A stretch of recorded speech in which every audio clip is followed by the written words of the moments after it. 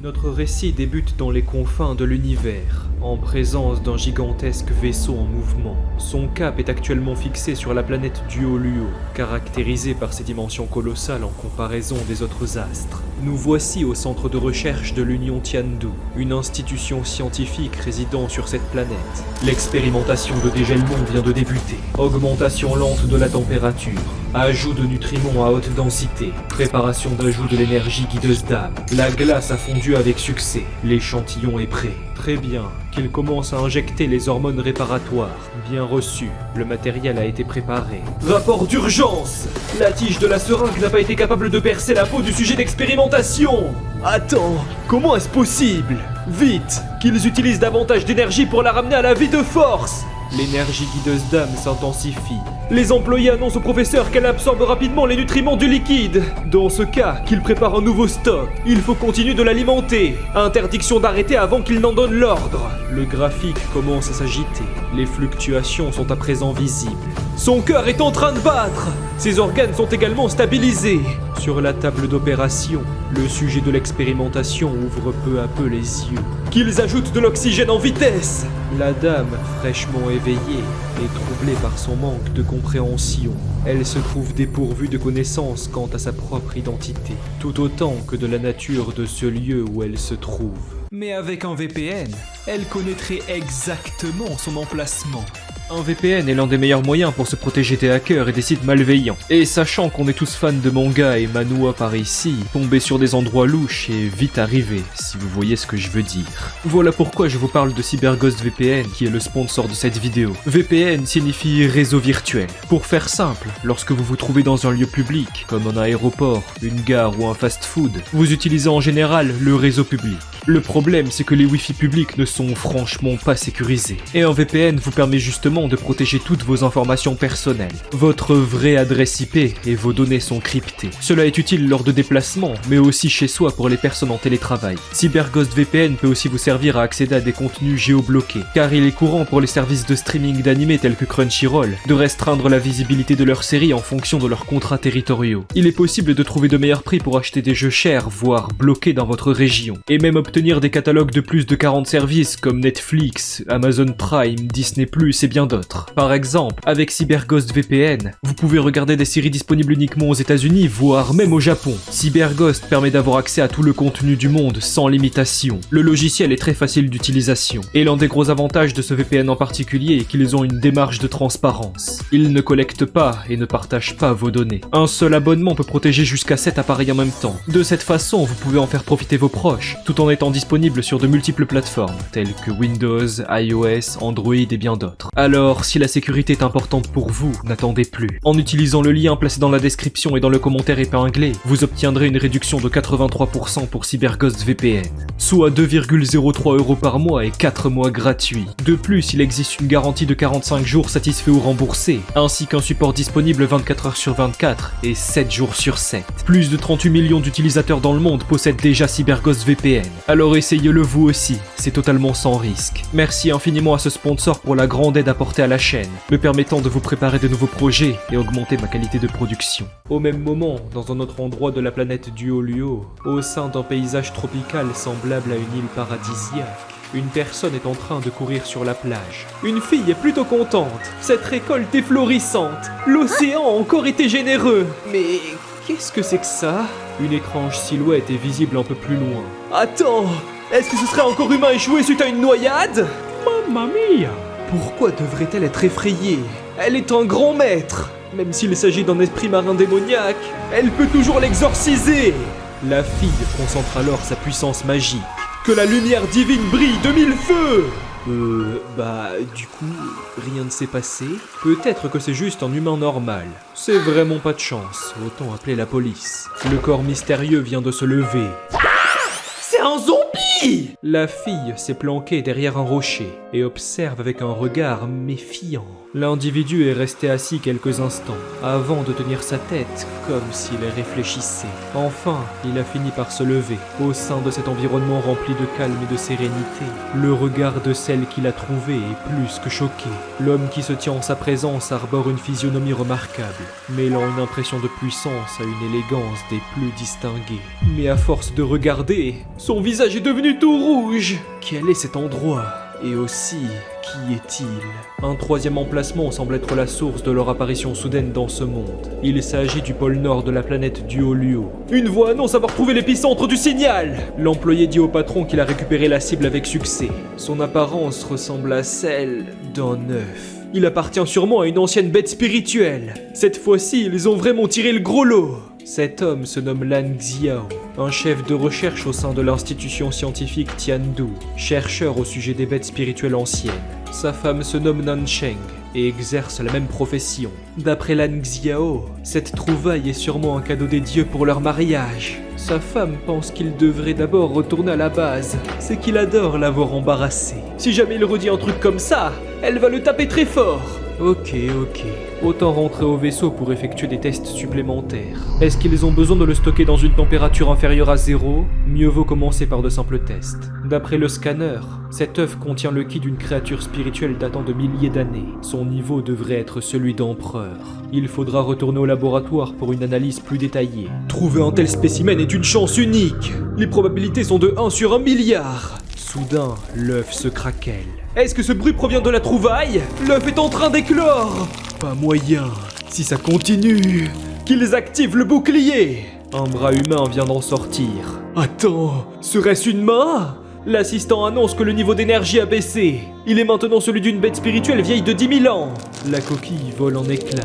1000, 100, ça continue à descendre. Qu'est-ce que ça peut bien vouloir dire? À présent, l'éclosion est terminée. Des yeux sont grands ouverts. Le nouveau-né observe pour la première fois le monde qui l'entoure. La notion de couleur qu'il vient de découvrir illumine son regard de la plus grande curiosité. Mais comment est-ce possible? Est-ce qu'il s'agit vraiment d'un bébé humain? Un employé annonce que l'énergie s'est stabilisée. Elle est maintenant au niveau d'un bébé humain. Alors leur trouvaille du pôle Nord était un bébé qui éclot d'un œuf? C'est du grand n'importe quoi. Qu'ils poursuivent leurs recherches. Les scientifiques acquiescent aussitôt. D'après leurs données, tout semble confirmer son identité humaine. Mais est-ce qu'ils mangent la coquille? Si cet humain est vraiment ordinaire, alors leur expédition et toutes les recherches menées pour en arriver là, à part la coquille, toutes leurs données se verront volatilisées. L'homme se met donc à les ramasser, et le bébé le remarque. Celui-ci se rend compte qu'on lui prend son manger, alors il se met à pleurer. Pourquoi se comporte-t-il comme ça tout à coup? Sa femme lui signale qu'il a pris ce qu'il était en train de manger. C'est sûrement pour ça. Ah bon? Vu sa réaction, Nansheng avait vu juste. Mais que faire à présent? Autant lui en donner plus. Peu à peu, les morceaux de l'œuf disparaissent, jusqu'à ne laisser qu'une petite part. Un employé signale qu'il ne reste que 10% de l'échantillon. Ça risque de leur poser problème. Il n'y a pas si longtemps, l'Union s'est mise à pénaliser les programmes menant de fausses recherches pour obtenir des fonds. Comment pourront-ils expliquer la situation une fois de retour? Le chef comprend la sévérité de la situation et dit à Nansheng de conserver le reste de la coquille. Ils se doivent d'en garder un peu pour leurs recherches. Évidemment, le bébé est mécontent, mais la femme imagine qu'ils n'ont pas le choix. Lan Xiao espère pouvoir tirer quelque chose d'utile de cet œuf, car sinon, tous leurs efforts seront réduits à néant. Alors que le voyage se poursuit au sein de l'immensité galactique, un bruit résonne dans les couloirs du vaisseau. Celui-ci provient du bébé allongé sur le lit. Cela fait maintenant des heures qu'il réclame sa nourriture. Ses cris peuvent être entendus depuis les chambres, mais ce n'est pas assez pour interrompre le sommeil des scientifiques, car bien trop fatigués de leur expédition. Cependant, les chercheurs ont omis en détail. Si cet enfant paraît ordinaire à première vue, les conditions dans lesquelles il fut recueilli sont dénuées de sens pour le commun des mortels. Et les humains ne sont pas les seuls capables d'écouter son chagrin. La coquille vient de s'illuminer et commence à s'évaporer. La poussière traverse la surface du bocal afin d'en sortir et poursuit son chemin dans le couloir. Sa destination est évidente. Il s'agit de ce nouveau-né dont les pleurs ne semblent jamais cesser. L'aura mystérieuse se rapproche de son corps, avant d'être peu à peu aspirée à l'intérieur de sa bouche. Éventuellement, la totalité des particules finit par être ingérée, et le nouveau-né peut à présent dormir paisiblement. Le vaisseau, quant à lui, poursuit son avancée nocturne à travers l'immensité spatiale. Après quelque temps, les premiers rayons de soleil sont visibles à travers la surface de Duolio. Nansheng qui s'étire pense qu'elle a bien dormi. Le bébé a même arrêté de pleurer. Mais pourquoi sont-ils tous ici? Est-ce que quelque chose s'est produit? Comment est-ce possible? La dernière partie de l'œuf a complètement disparu! La femme jure de n'avoir rien touché. Mais son mari répond de ne pas paniquer. Il la croit sur parole. La caméra de sécurité s'occupera de leur donner une réponse. Lorsqu'ils ont observé l'enregistrement, les chercheurs se sont rendus compte que la coquille s'est évaporée d'elle-même sans laisser la moindre trace. Malheureusement, le meneur de l'expédition ne sait plus vraiment quoi faire. Son employé imagine que l'œuf est une cause perdue. Mais pour ce qui est de ce bébé, que devrait-il faire ? Pour avoir toujours montré des résultats auparavant, le centre de recherche ne va sûrement pas les blâmer pour échouer de temps en temps. Alors, ce n'est pas le principal problème. Nanchang est prête à s'en occuper. Cela surprend son mari. Pour vouloir un enfant avant leur mariage, elle n'en fait vraiment qu'à sa tête. Sa femme lui interdit de parler sur ce ton. Cet enfant n'a pas de mère, alors il faut bien lui en trouver une. Non, ce qu'il voulait dire est que cet enfant a besoin d'une mère, mais d'aussi un père. Grâce à ce garçon, ils peuvent déjà commencer à agir comme une véritable famille. Peut-être même qu'ils devraient investir dans une maison dès leur retour. Les employés félicitent le chef et leur souhaitent un bonheur éternel.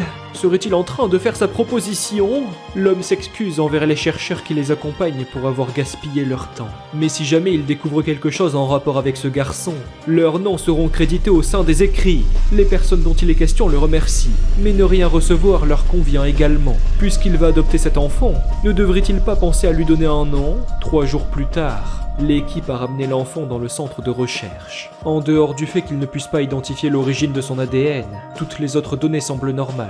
Personne n'a parlé de la trouvaille de cette expédition. Pour donner une identité légale à ce bébé au sein de l'Union, Lan Xiao et Nanchang se sont mariés le mois suivant, en l'identifiant comme leur fils. Le nom de cet enfant sera donc Lan Xuanyu. 6 ans plus tard, au sein de la planète Duoluo, et plus précisément au centre de recherche de l'Union Tiandu, une femme à la chevelure blanche assise par terre semble observer la fenêtre. Une chercheuse demande à Nana si elle est encore perdue dans ses pensées. Celle-ci qui se retourne se rend compte de sa présence. Son sourire brille aussi intensément que les rayons de soleil qui l'entourent. Cela laisse la chercheuse sans voix, mais elle finit par reprendre ses esprits. Pour l'avoir suivie de si près pendant tout ce temps, elle est à 2 doigts de tomber amoureuse. Aujourd'hui est un grand jour. Nana répond que cela n'est réservé qu'à l'homme qu'elle aime. Et pourquoi cette journée serait si spéciale ? N'a-t-elle pas lu les règles de l'Union ?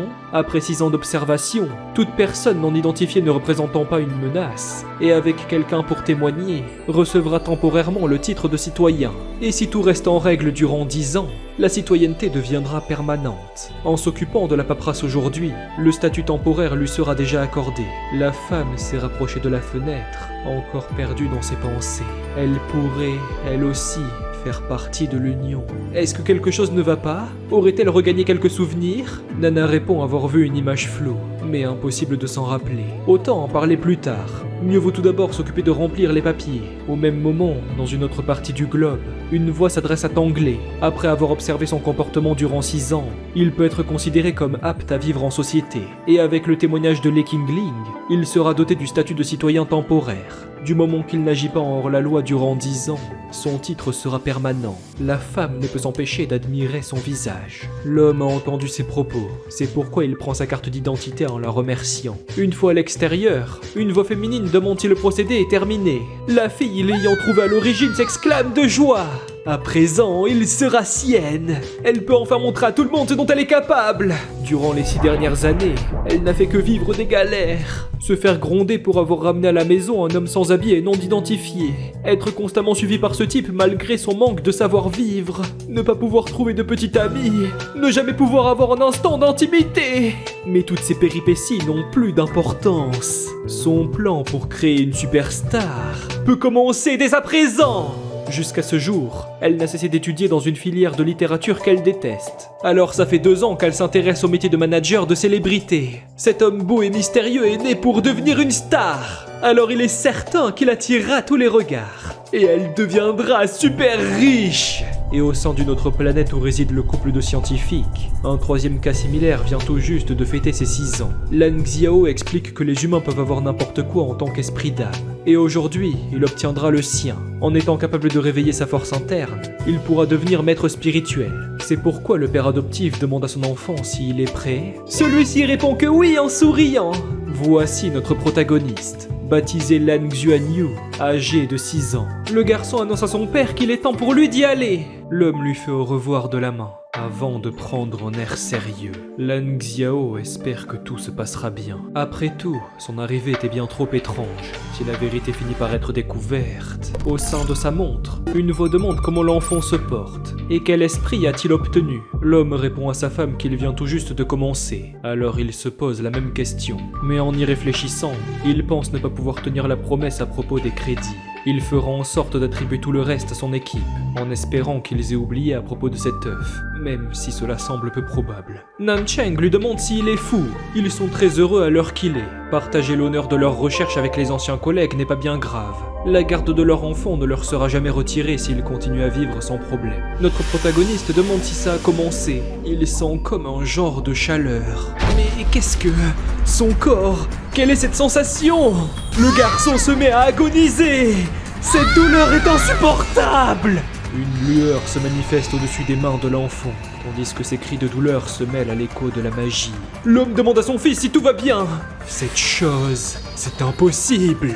L'esprit de notre protagoniste vient de se manifester au centre de ses mains, devant son regard rempli d'incompréhension. Serait-ce l'herbe bleue argentée? Lan Xuanyu se rend compte que la douleur a disparu. L'enfant sortit de l'œuf. Son esprit est seulement au grade herbe bleue argentée? La femme pense que c'est décevant. Souhaite-t-il effectuer le test de puissance? Non merci, mieux vaut le faire à la maison. Un peu plus tard, une fois rentré chez eux, le père n'arrive pas à y croire. Est-ce vraiment le grade qu'ils connaissent? Nancheng ne trouve pas les mots. D'après leur appareil testeur d'âme, 10 unités sont indiquées.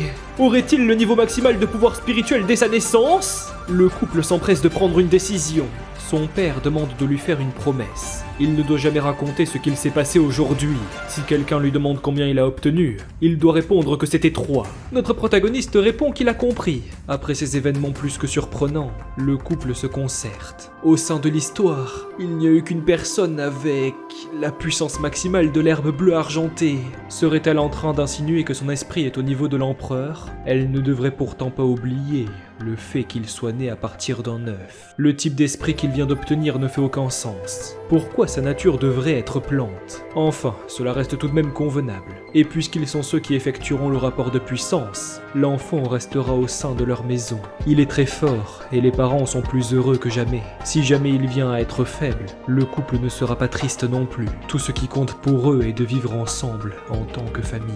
En effet, Nancheng souhaite seulement être avec lui et leur enfant. Tous les autres petits détails n'ont aucune importance à leurs yeux. Cette nuit, au sein de la demeure, notre protagoniste dort paisiblement sur son lit, tandis que la lueur de la nuit l'éclaire avec légèreté durant son sommeil. Autour de son corps, des particules magiques apparaissent peu à peu, avant de former de cercles lumineux au-dessus du garçon allongé.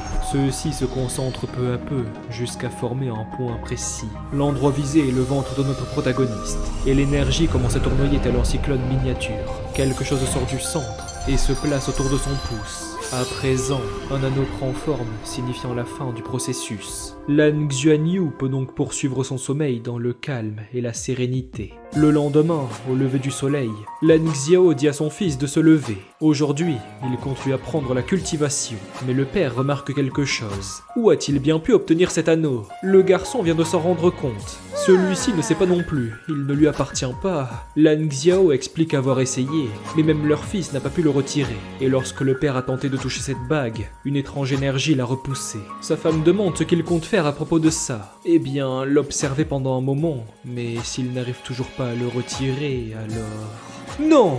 Nancheng ne veut surtout pas faire de rapport! Bon, observons juste pour le moment, en espérant que rien de bizarre en résulte. Après que 10 minutes soient passées, lors de l'apprentissage de la cultivation, l'homme ne parvient pas à comprendre. Il a seulement fait une petite sieste. Et maintenant, les choses sont devenues si étranges. Comment se fait-il que cet enfant possède 2 anneaux spirituels?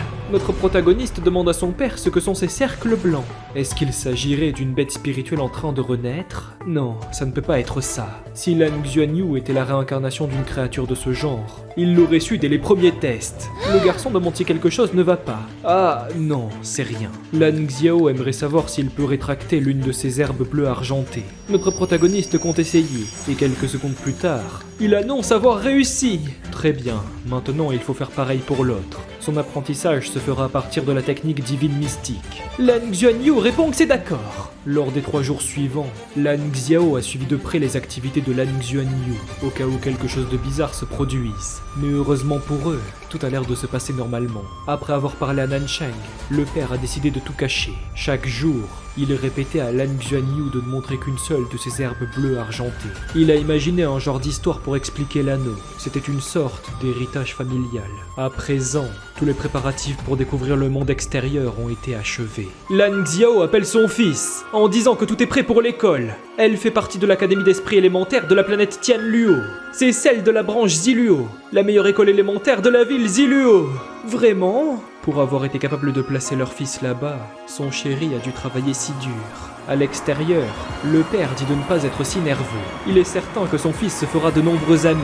Ah, aussi, il a fait quelques changements à son dossier. Si quelqu'un lui demande son âge, il doit répondre qu'il a 7 ans. Et si on souhaite en connaître la raison, c'est car il était malade durant 1 an. Notre protagoniste dit qu'il comprend. Mais maman avait dit que les enfants ne doivent pas mentir. Des fois, lorsqu'il s'agit de protéger ses proches ainsi que sa propre personne, les mensonges sont autorisés. Pas d'inquiétude à avoir. Son fils affirme qu'il le fera. Après quelque temps, au sein de l'école Ziluo, un père est venu enregistrer sa fille à l'accueil des nouveaux élèves. Celle-ci souhaite bonjour à la réceptionniste. Son nom est Yeling Tong et son âge est 6. La femme explique qu'ils vont confirmer ces informations. Il faut commencer par évaluer sa force spirituelle.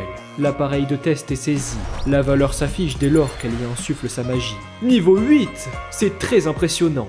Bien, Yeling Tong peut maintenant avancer. La fille le remercie. Son père remarque quelque chose en partant. Un nouvel élève et son père viennent également d'arriver. Lan Xiao remarque que c'est un colonel. Cela se voit à son accoutrement. C'est pourquoi il le salue instantanément. Le haut placé fait de même, mais remarque un détail. Notre protagoniste lui souhaite bonjour. Cela suffit à égayer sa journée. L'officier dit bonjour en lui caressant les cheveux. Sa fille le remarque, alors elle demande ce qu'il fait. L'homme qui s'est ressaisi se présente comme Yefeng. Il imagine que le père en face de lui fait partie de l'administration de l'armée. En effet, son nom est Lan Xiao. Mais alors qu'il repart, le père de notre protagoniste se rend compte qu'il a déjà entendu son nom quelque part. Il doit être une personne très importante. Lan Xuanyu salue la réceptionniste en se présentant. Il a 7 ans, n'est-ce pas? Testons son pouvoir spirituel. Au fond de son esprit, la femme pense que ce garçon est vraiment mignon. Alors son nom est Lan Xuanyu. Pourquoi père était si gentil avec lui? Normalement, il n'agit pas comme ça. Il peut rentrer à l'intérieur maintenant. Mais attends, son niveau spirituel s'élève à 11? Notre protagoniste souhaite au revoir à son père. Après avoir traversé la porte, l'autre nouvel élève attire son attention. Alors comme ça, il serait au niveau 11? Le garçon confirme. Ce n'est vraiment rien, elle le surpassera bientôt. Peut-être même qu'elle sera classée plus haute à 7 ans. Ok. Comment ça, ok? Est-ce qu'il pense qu'elle n'en est pas capable? Non, il n'a jamais dit ça. Mais ce type, il est trop beau! La fille souhaite lui demander quelque chose. Peut-elle pincer son visage un instant? D'accord, mais doucement. Yeling Tong se met alors à le pincer. C'est incroyable! Sa peau est tellement douce! Le garçon signale que ça fait mal. Elle est méchante, et il n'aime pas les méchants. Donc il ne l'aime pas. A-t-elle dit qu'elle l'aimait en retour? Il y a environ une centaine de nouveaux cette année. Les élèves ont été séparés en 6 classes. Celles-ci sont divisées en des rôles bien distincts. Yeling Tong est dans la première classe offensive. Lan Xuanyu est dans la seconde classe de contrôle. Lors de la soirée, Lan Xuanyu répond qu'il a rencontré beaucoup de camarades de classe. Ils sont tous très gentils avec lui, mais il souhaitait poser une question à son père. Si des gens veulent pincer son visage à nouveau, est-ce qu'il peut dire non? Lan Xiao a du mal à comprendre. Évidemment qu'il le peut, c'est son droit. Le curriculum de l'école est séparé en 2 sections. Lors de la matinée, les maîtres spirituels étudient la théorie essentielle et les différentes bêtes magiques. Lors de l'après-midi, c'est au tour de l'entraînement physique, et plus précisément les combats. Pour les nouveaux, cela consiste essentiellement en de l'athlétisme. Yeling Tong se demande pour qui ce type se prend. Il a osé dire ne pas l'aimer alors qu'elle voulait juste sympathiser. Si c'est comme ça, elle ne l'aime pas non plus. L'enseignante dit de commencer par 3 tours de terrain. Après ça, ils auront droit à une petite pause. Prêt? Partez! Notre protagoniste fait évidemment de même. Le groupe avance peu à peu sur la piste. Yeling Tong vient d'arriver au niveau de Lan Xuanyu. Ce type est beaucoup trop lent. La fille vient de le dépasser, et le garçon a entendu ses pensées. Celui-ci est au courant du fait qu'il soit lent, mais il sera plus rapide avec le temps, il n'y a rien de mal à ça. Yeling Tong est plutôt gêné par le fait qu'il est remarqué. Ça ne change rien au fait qu'il va perdre contre elle. Notre protagoniste ne comprend pas. Depuis quand est-ce une compétition? N'a-t-il pas le moindre désir de gagner? Comment peut-il se considérer comme un homme? En quoi le fait de gagner cette course a un rapport avec le fait qu'il soit un garçon? Ce type! Il ne fait rien pour attendre! Autour de la piste, les examinateurs observent les élèves. Ce Lan Xuanyu court très lentement. Son niveau est classifié 11. Il devrait être plus rapide. Même si c'est le cas, son allure reste constante. Cela n'est pas une mauvaise chose lorsque l'on considère sa personnalité calme et réfléchie. Ah, vraiment? Mais ne serait-ce pas Yeling Tong de la classe 1? Elle a l'air en colère. Se serait-il disputé? La fille hurle vouloir faire un duel contre lui! Sauf que notre protagoniste ne veut pas. Et pourquoi donc? Bah, les gentils garçons ne frappent pas les filles. Sa mère lui a toujours dit de ne pas les maltraiter. Alors il pense pouvoir être capable de la persécuter? Il ne devrait pas inverser les rôles! Le garçon remarque qu'elle se rapproche. Les élèves qui observent sont à la fois impatients et stressés. Le bras de Lan Xuanyu est saisi.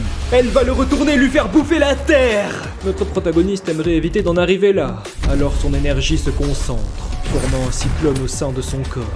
C'est bien trop facile. Il est clair que ce type n'a aucune expérience de combat. Mais Yeling Tong remarque quelque chose. Cette sensation, pourquoi est-il devenu si lourd tout à coup? À cause de ça, elle est forcée de lâcher prise. Et le garçon l'écrase par terre. Les enseignantes ne comprennent pas. Qu'est-ce qu'il vient de se passer? Le garçon dit à madame que c'est elle qui a commencé. Mais elle n'est même plus consciente. Vite! Qu'il l'amène à l'infirmerie! Un peu plus tard, la fille se demande ce qui a bien pu lui arriver. Elle a de légères fractures aux côtes. Non seulement elle a perdu, mais en plus elle était bloquée sous le corps de Lan Xuanyu. C'est bien trop embarrassant. Yeling Tong n'a pas pu comprendre la raison de sa défaite. Alors elle est partie consulter son père. Eh bien, il est quand même au niveau 11. Sa capacité spirituelle est peut-être avantageuse. Cet enfoiré n'a qu'à attendre qu'elle monte au même niveau. Après ça, elle va le rétamer. Le temps est passé vite. Nous voici à la moitié d'une année plus tard. Aujourd'hui sera le test de fin d'année. Lan Xuanyu est de très bonne humeur, car son père lui a promis que s'il s'en sort bien, il l'emmènera en voyage dans un vaisseau spatial. À l'entrée, Yeling Tong semble l'attendre. Celle-ci prend tout à coup un air hautain, tandis que le garçon ne comprend pas. Est-ce qu'il sait que la classe 1 et la 2 auront bientôt des combats? Lan Xuanyu pense que c'est injuste. Ses camarades n'ont même pas atteint le niveau 11. Il ne le savait sûrement pas, mais elle a passé ce niveau et possède même une capacité spirituelle. Les professeurs souhaitent que les garçons deviennent des gentlemen. C'est donc aux filles de choisir leur adversaire pour l'après-midi. Du coup, ils se reverront après manger. Après ce discours, la fille repart en chantonnant. Aïe aïe aïe aïe aïe aïe aïe. Durant l'heure du test, les élèves sont amenés vers la piste d'athlétisme. Yeling Tong qui lève la main dit qu'elle choisit Lan Xuanyu. Bon, d'accord, mais elle devrait faire attention. L'enseignante annonce à notre protagoniste qu'elle a été choisie et lui souhaite bonne chance. Ses camarades de classe l'encouragent, tandis que le garçon acquiesce d'un air démotivé. Les deux individus se font à présent face. Cette fois, Yeling Tong compte bien lui montrer ce dont elle est capable. Voici son esprit d'âme, le dragon céleste. Les élèves sont choqués. Le type dragon est extrêmement rare. Des écailles apparaissent sur ses doigts et ses yeux deviennent orange. La fille dit à son adversaire de l'activer à son tour. Le garçon le fait aussitôt. Maintenant, elle va lui régler son compte. Notre protagoniste remarque qu'elle arrive. Alors il manipule son herbe bleue argentée. Un tourbillon se forme et une barrière apparaît devant le maître spirituel. Pense-t-il vraiment que ce bouclier aquatique sera d'une quelconque utilité? Activation de l'armure céleste! Elle va seulement l'envoyer valser. Les deux combattants s'apprêtent à se percuter. Le garçon est inquiet, tandis que la fille est décidée. Mais lors de l'impact, Yeling Tong a comme une impression bizarre. Son armure céleste vient de disparaître. À cause de ça, la voilà propulsée par terre. L'enseignante ne comprend pas. Son esprit s'est fait annuler. Notre protagoniste était inquiet pour ça.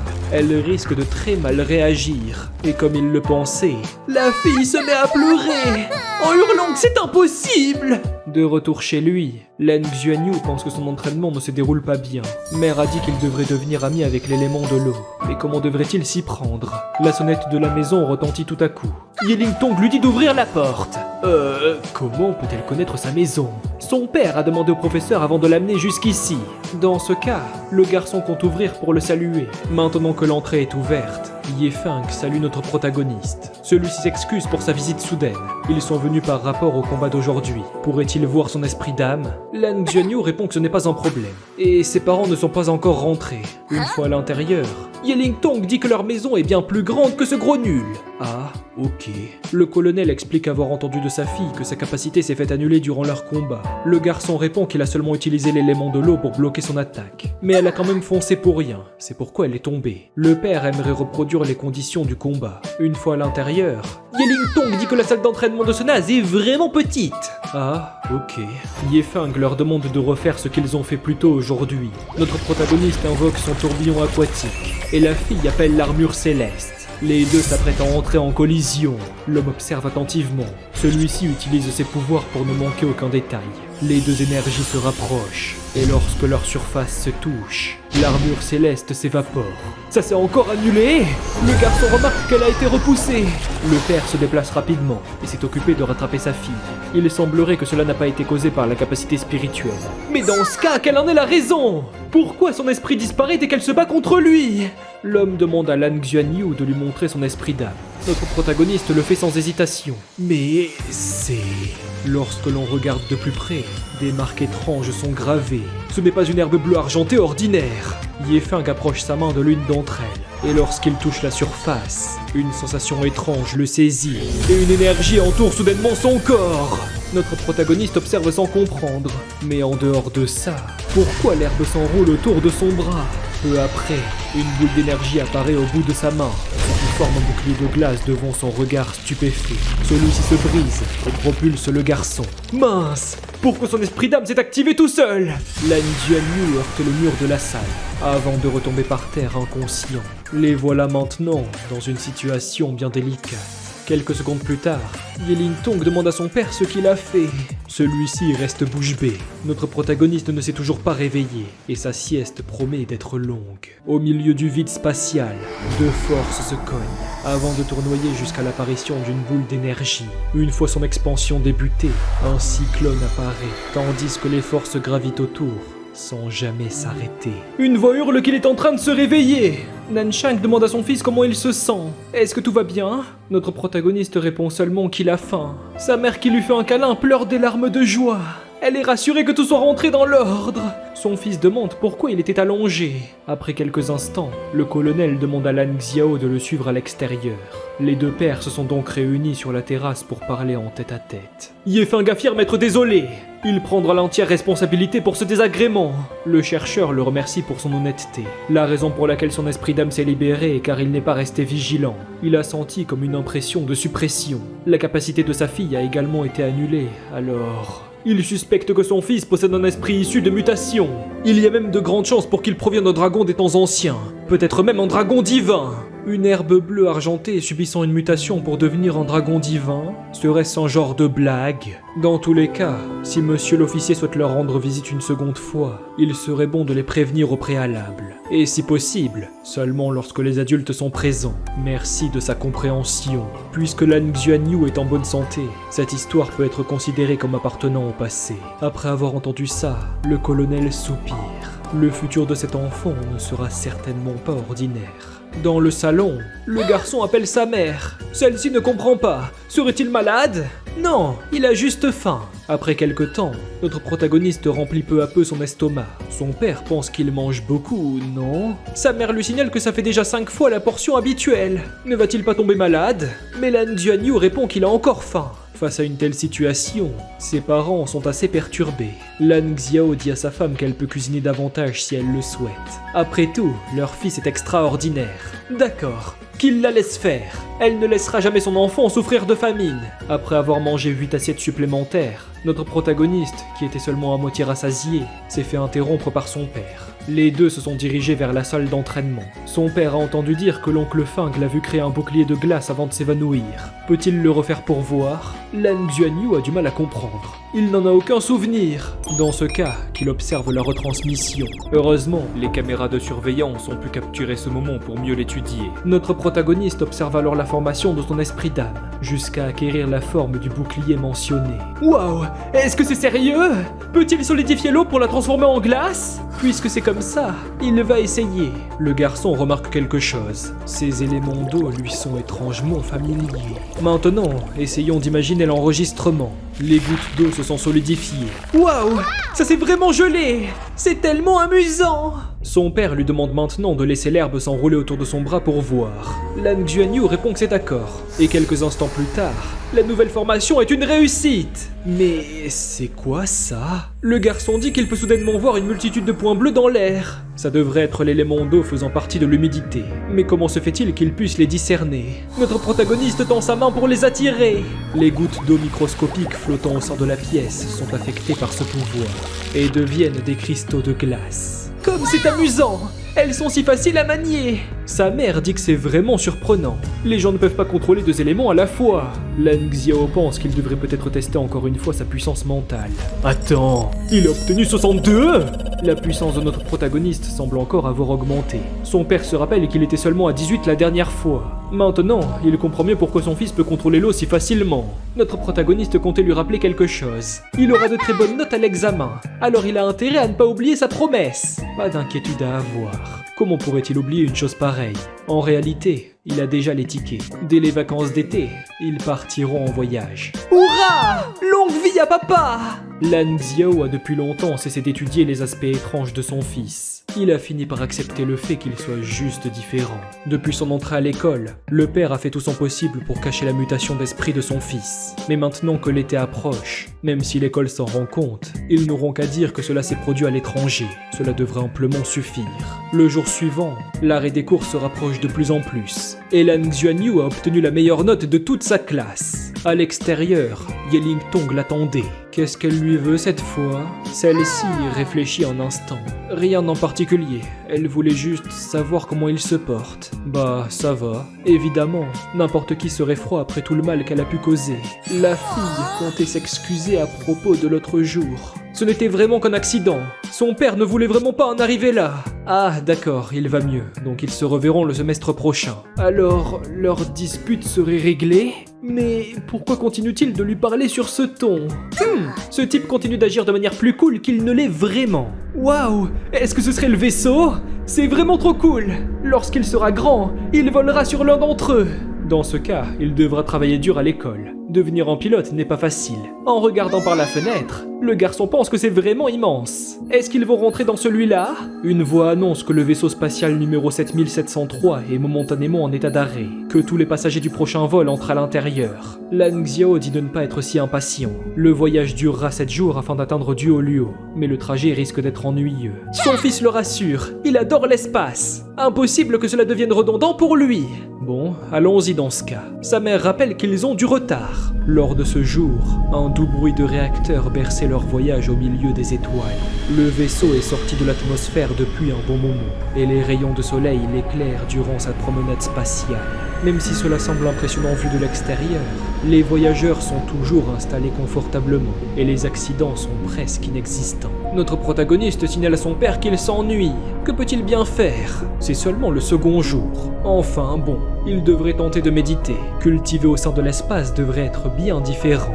Lan Xuanyu répond que c'est d'accord. Celui-ci qui ferme les yeux tente de percevoir ce qui l'entoure. Mais au lieu d'y trouver un vide intérieur, c'est comme si toutes les particules du monde s'étaient rassemblées dans son esprit. Le garçon regarde toutes ces lumières en souriant et s'amuse à les contrôler.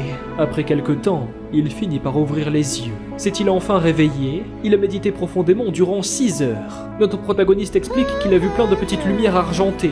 Saurait-elle de quoi il s'agit? Oh, alors il est capable de voir les éléments de l'espace? La capacité à pouvoir les voir est cruciale pour les pilotes. Nanchang imagine qu'il est naturellement doué dans ce domaine.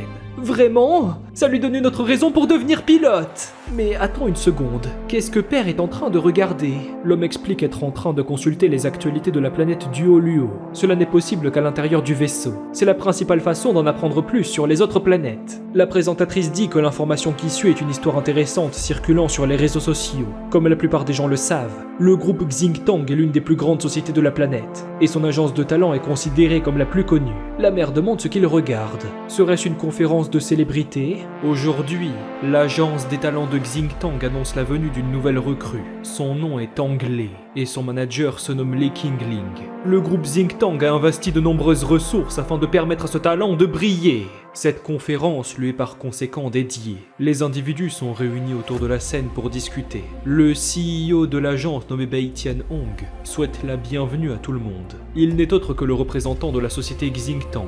Ils viennent seulement d'annoncer sa venue, et le président se ramène en personne pour le présenter. Ne serait-ce pas un peu exagéré? L'homme explique que cette personne deviendra la vedette de leur agence. Son premier single sortira d'ici un mois, et sera gratuit pour tous ceux de la fédération. C'est bien la première fois qu'autant de promesses sont faites à propos d'un nouveau talent qu'ils n'ont encore jamais vu. La mère demande si le groupe Xingtang a perdu l'esprit. Pourquoi prendre un pari si risqué? C'est seulement juste un coup de publicité calculé à l'avance. Lan Xiao imagine que ce nouveau talent est un peu spécial. Nancheng n'aime vraiment pas ces stars masculins. Il ressemble à des fleurs mais rien de plus. Tout n'est que superficiel sans réel talent derrière. Lors de la conférence d'aujourd'hui, Monsieur Tanglais sera présenté à tout le monde.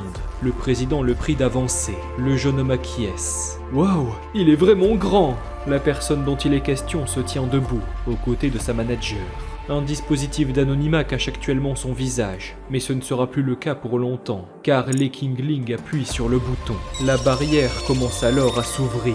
Les spectateurs sont plus qu'impatients, tandis que l'ouverture se poursuit. Tout le monde, au sein de cette planète, a pu l'apercevoir au même moment. Ses yeux s'ouvrent, révélant son regard envoûtant. Que cela soit en famille ou même en soirée, personne ne manquera l'introduction de ce jeune homme. Celui-ci souhaite bonjour à tout le monde et se présente comme Tanglais. Lors des secondes qui suivent, un silence total règne partout sur le globe.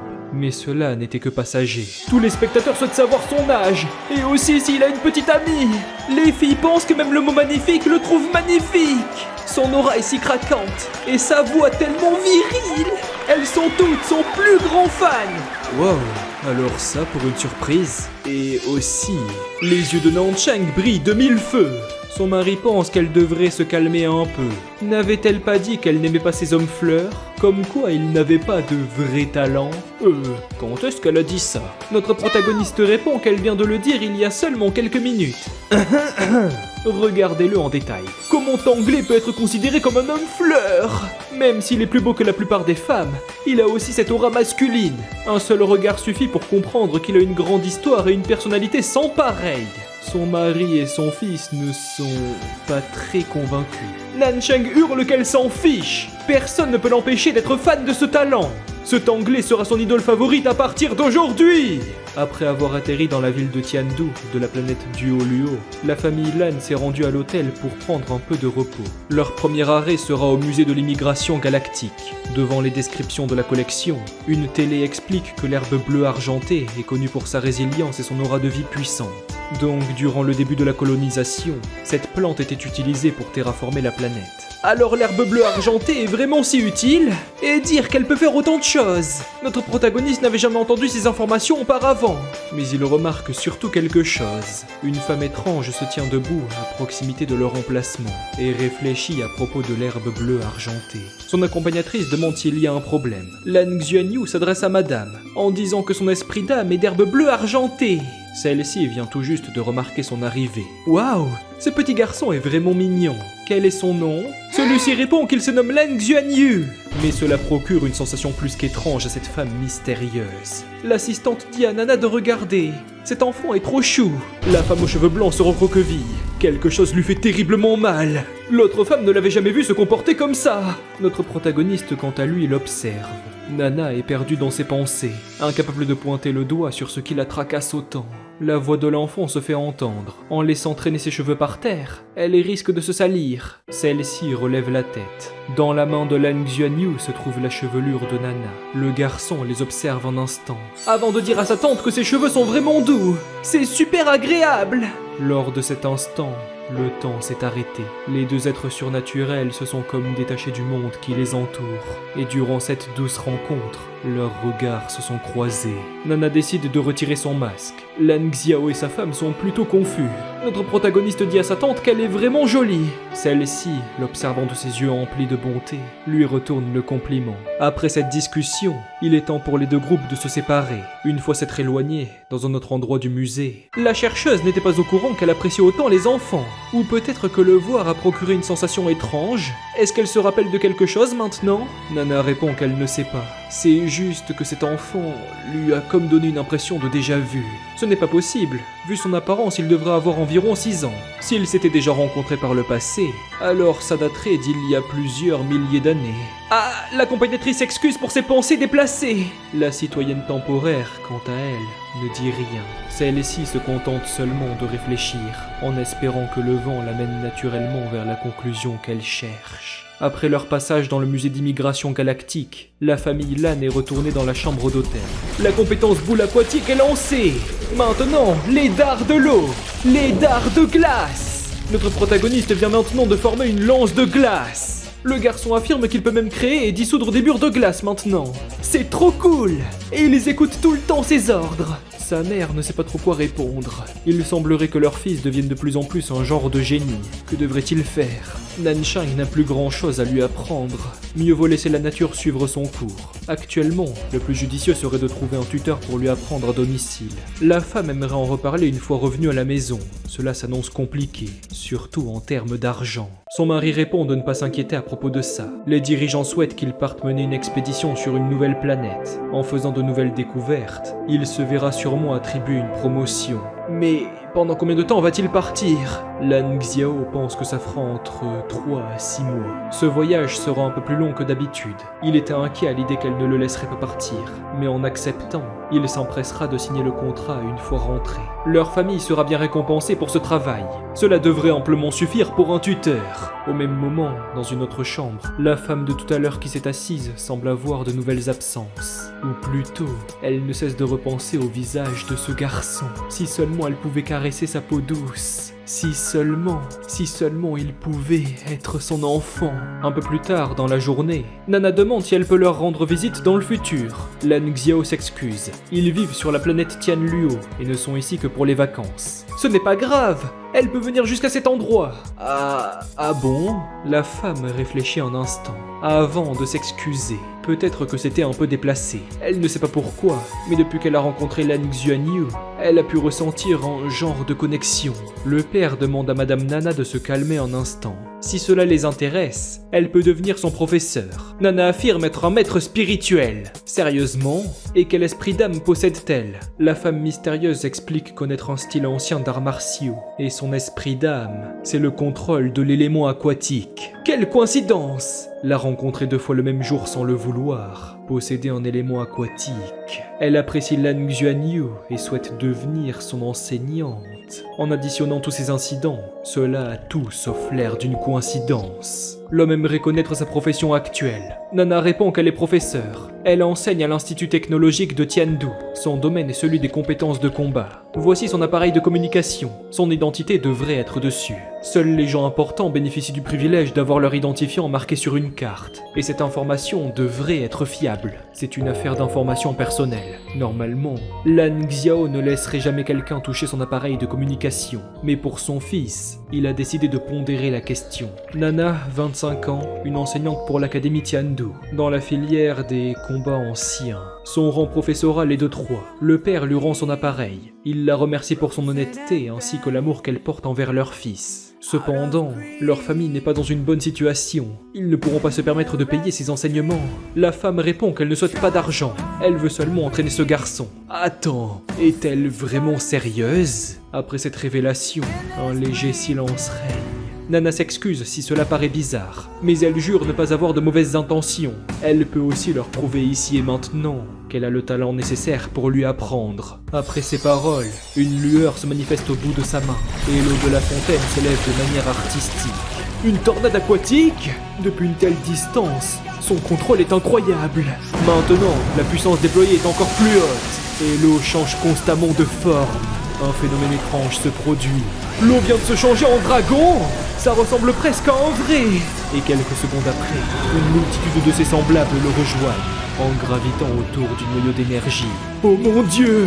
Il y a 9 dragons d'eau! Suite à cette démonstration de force de grande envergure, la femme qui se retourne demande si cela est suffisant.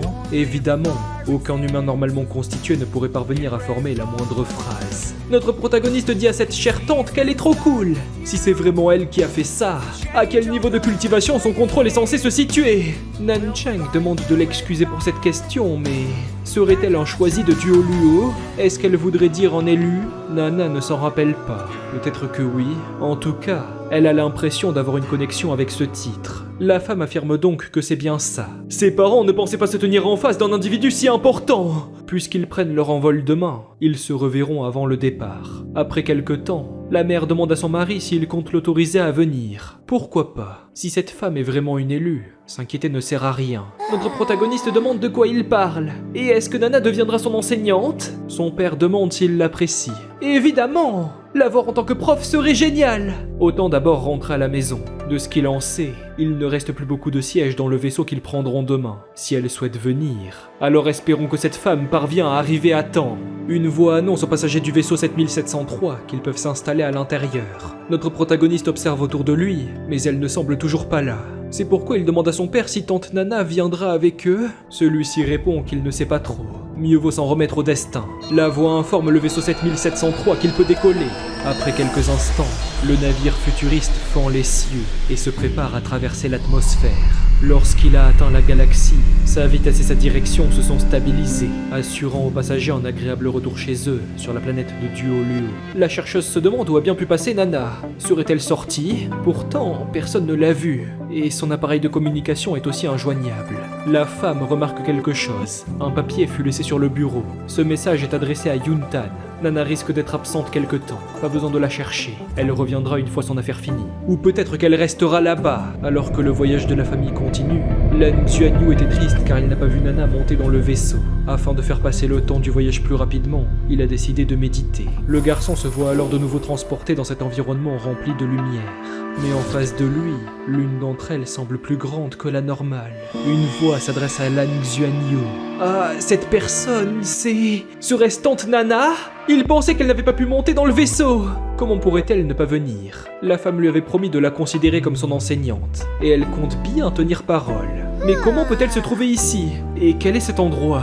Ils sont actuellement dans sa conscience spirituelle. Il comprendra une fois que son niveau aura augmenté. Nana se trouve dans un autre étage du vaisseau. C'est pourquoi elle ne peut le voir qu'ici. Notre protagoniste lui demande alors si elle sera vraiment son enseignante. Est-ce qu'il aimerait que ce soit le cas? Évidemment! Il l'appellera Madame Nana à partir de maintenant! La femme ne peut s'empêcher de sourire.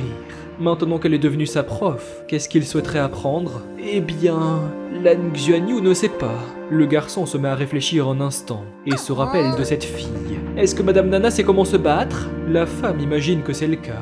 Mais le fait de combattre n'est-il pas mauvais? Eh bien, cela dépend de sa raison pour agir ainsi. S'il se bat pour protéger les gens qu'il aime, alors c'est une bonne raison. Si des méchants embêtent sa mère, ne voudrait-il pas la protéger? Pour ce faire, il faut en avoir les capacités. Du coup, ça voudrait dire qu'il doit s'entraîner et cultiver pour protéger ses proches? En effet, cela peut être perçu de cette façon. Mais la femme se met à réfléchir. Protéger les gens qu'elle aime. Le garçon demande si quelque chose ne va pas. Non, ce n'est rien. Seulement de vieux souvenirs qui lui sont revenus à l'esprit. Que souhaite-t-il apprendre par rapport au combat? Notre protagoniste dit qu'il n'aime pas combattre, ni frapper les autres. N'y a-t-il pas un moyen de faire en sorte qu'on ne le tape pas? D'accord, elle va lui apprendre le mouvement adapté. S'il peut l'apprendre convenablement, personne ne pourra le toucher. Le garçon répond que ce serait vraiment génial. La femme dit d'essayer de l'attraper. S'il réussit, il peut l'embrasser. Mais si c'est elle qui l'attrape, alors sa tante l'embrassera à la place, d'accord? Dans ce cas, c'est parti! Après les 7 jours de vacances, la famille Lan est retournée sur la planète Tianluo. Notre protagoniste et ses parents marchent à l'aéroport. Le garçon regarde autour de lui curieux, mais une voix au sein de sa tête dit qu'il n'a pas besoin de la chercher. Il la reverra lorsqu'il sera rentré à la maison. Notre protagoniste dit que c'est d'accord, ce qui surprend sa mère. Après être arrivé à la maison, Lan Xuanyu a recommencé à méditer afin de voir tante Nana au plus vite. Alors elle est vraiment venue avec lui! Elle a gardé sa promesse! Évidemment, et il lui doit aussi quelques bisous. Est-il prêt à continuer le jeu? Cette fois, elle est celle qui fera le loup. Notre protagoniste se met à rire. Ne l'a-t-il pas déjà attrapé à l'instant? Bon, d'accord. Il a certes gagné une fois, mais le jeu va continuer. Lan Xuanyu se met à sourire et annonce qu'il arrive. Mais sa tentative fut esquivée en une fraction de seconde. Ce genre de ruse ne marchera plus contre elle. D'accord. Dans ce cas, il va donner le maximum.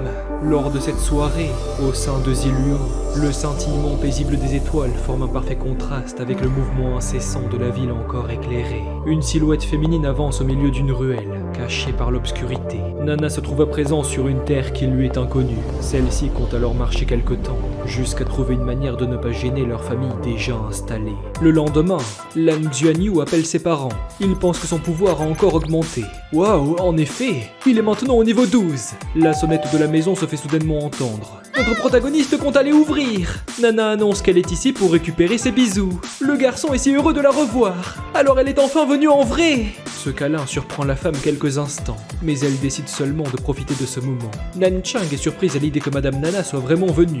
L'enseignante demande si elle peut rentrer. Évidemment, ils viennent tout juste de préparer à manger. Divers plats sont posés sur la table. Lan Xuanyu savoure son repas.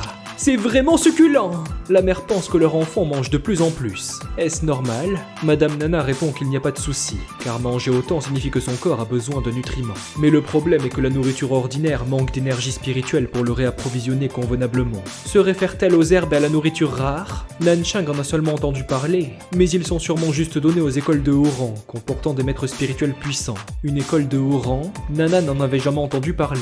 Elles sont régulées par le gouvernement et très coûteuses. Seules les écoles aux performances positives peuvent recevoir des items rares. Par exemple, l'école de Ziluo en fait partie. Dans ce cas, l'enseignante comprend mieux. Un peu plus tard, Lan Xiao demande à Madame Nana si elle compte vraiment donner des cours à Lan Xuanyu. Ne serait-ce pas gâcher son propre talent? Ils n'ont pas assez d'argent pour payer le montant adéquat.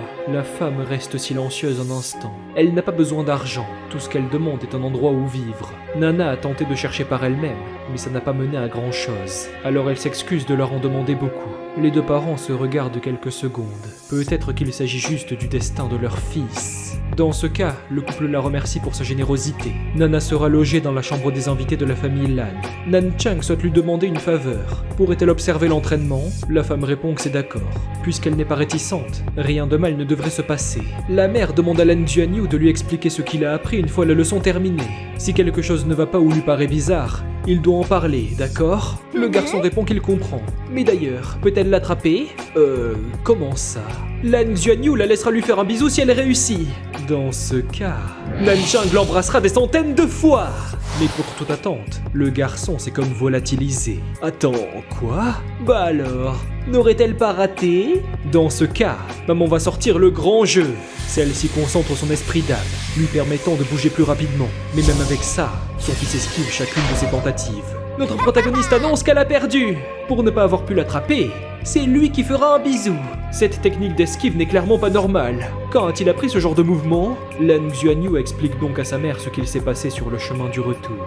Madame Nana lui a tout appris au sein de sa tête. Elle est capable d'entrer au sein de la conscience spirituelle d'une personne et de lui donner des leçons? Quelle puissance d'esprit serait nécessaire pour accomplir une telle prouesse? Si c'est vraiment le pouvoir de Madame Nana, Nan Chang n'ose pas imaginer à quel point elle est forte. Une voix demande à Lan Xuanyu s'il est prêt pour le cours d'aujourd'hui. En voyant l'enseignante arriver, la mère s'empresse de la saluer. Elle n'a pas à s'inquiéter, Nana compte tout lui enseigner.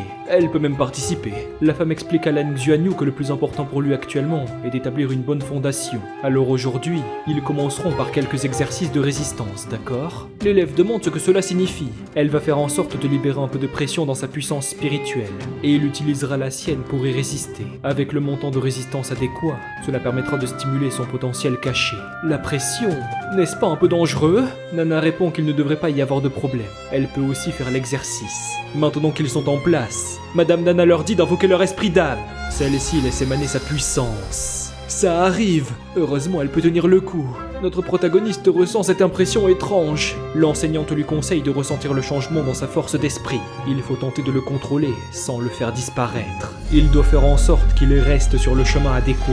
Lan Xuanyu utilise la technique de Xuantian, en appelant l'élément d'eau pour former un bouclier capable de résister à la pression. Après quelque temps, la distribution de la pression s'est mise à varier. Elle n'était plus appliquée de manière égale. À la place, certains endroits étaient plus concentrés et d'autres délaissés. Lan Xuanyu utilisait les éléments d'eau autour de lui pour se protéger des points de pression.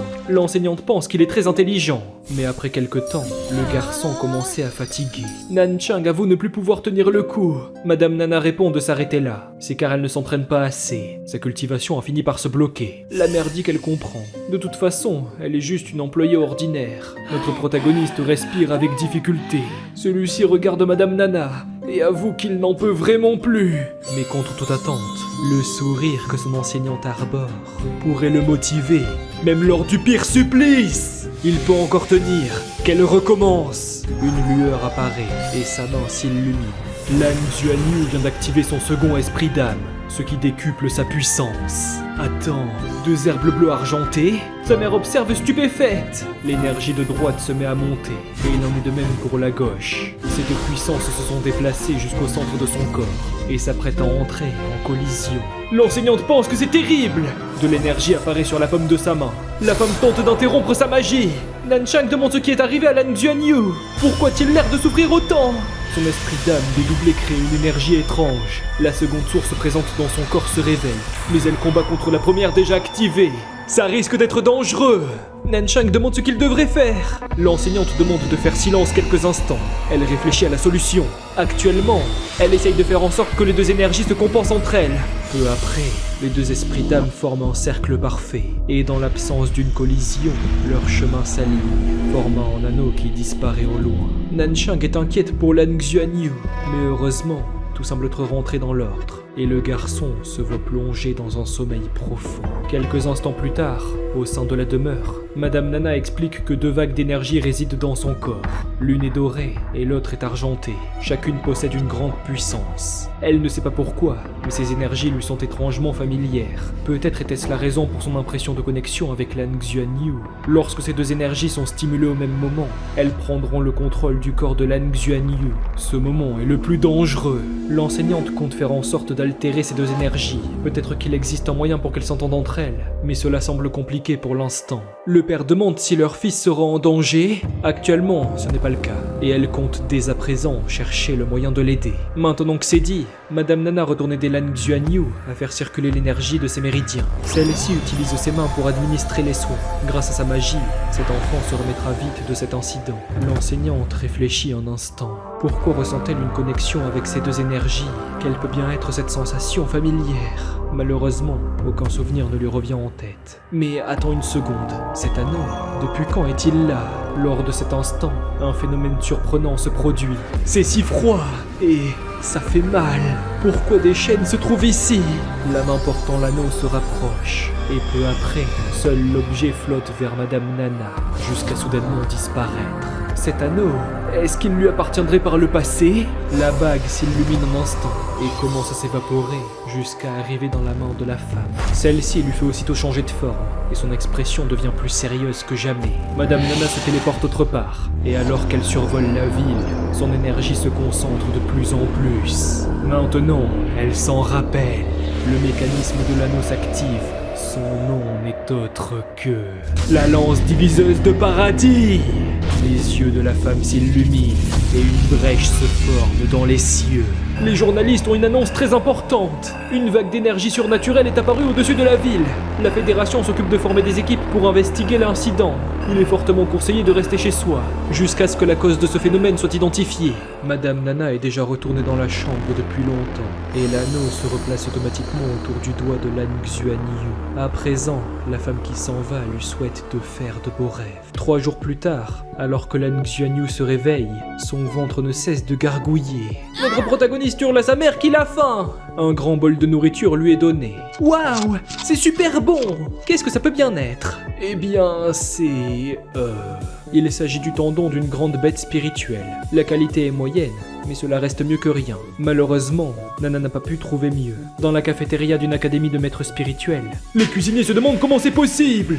Où a bien pu passer le tendon de dragon de la nuit dernière? Il l'avait préparé pour le principal. Maintenant, l'enseignante souhaite lui apprendre à contrôler les 2 énergies présentes dans son corps. Il va devoir faire en sorte de les ressentir. Son objectif est de les empêcher de se battre. Il faut faire en sorte que les 2 côtés deviennent amis. Tante Nana va guider Lan Xuanyu afin qu'il apprenne à contrôler ces 2 énergies. Le reste du temps a été consacré consacrée à la cultivation. À force d'interagir avec Madame Nana, Lan Xuanyu avait de plus en plus envie de devenir maître spirituel. Puis, les vacances d'été ont fini par s'achever. Tous les élèves sont retournés en cours.